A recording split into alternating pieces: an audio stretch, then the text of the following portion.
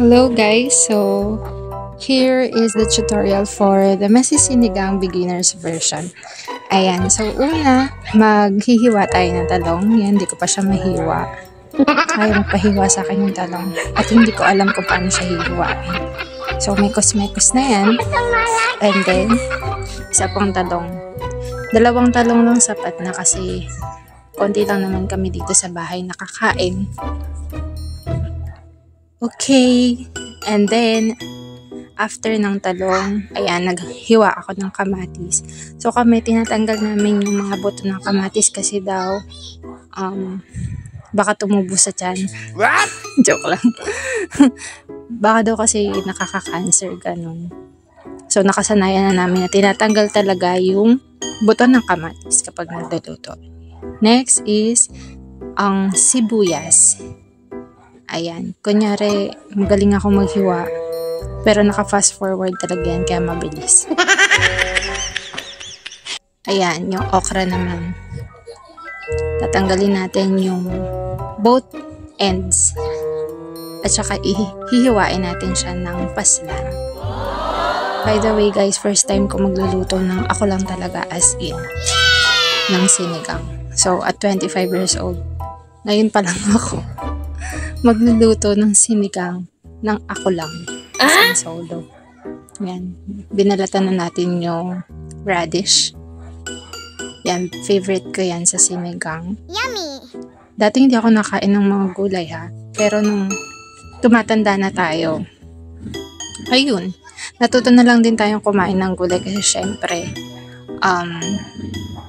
kailangan healthy. Kasi ngayon, habang tumatanda, napapansin ko yung metabolism, mabagal na siya. Tapos, mabilis na din mapagod. So, kailangan natin na alagaan yung sarili natin. And then yan, next yung kangkong.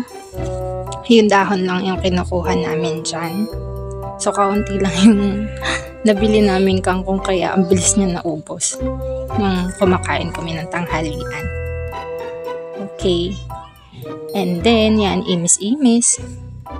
Para hindi masyadong magulo kapag nagpe-prepare. Ayan, tapos na tayo maghiwa. At nagpakulo na kami, ako, ng baboy. Then, naggisa ng sibuyas, kamatis, nilagay yung pinakulo ang baboy. Nilagyan ko na rin pala yan ng patis.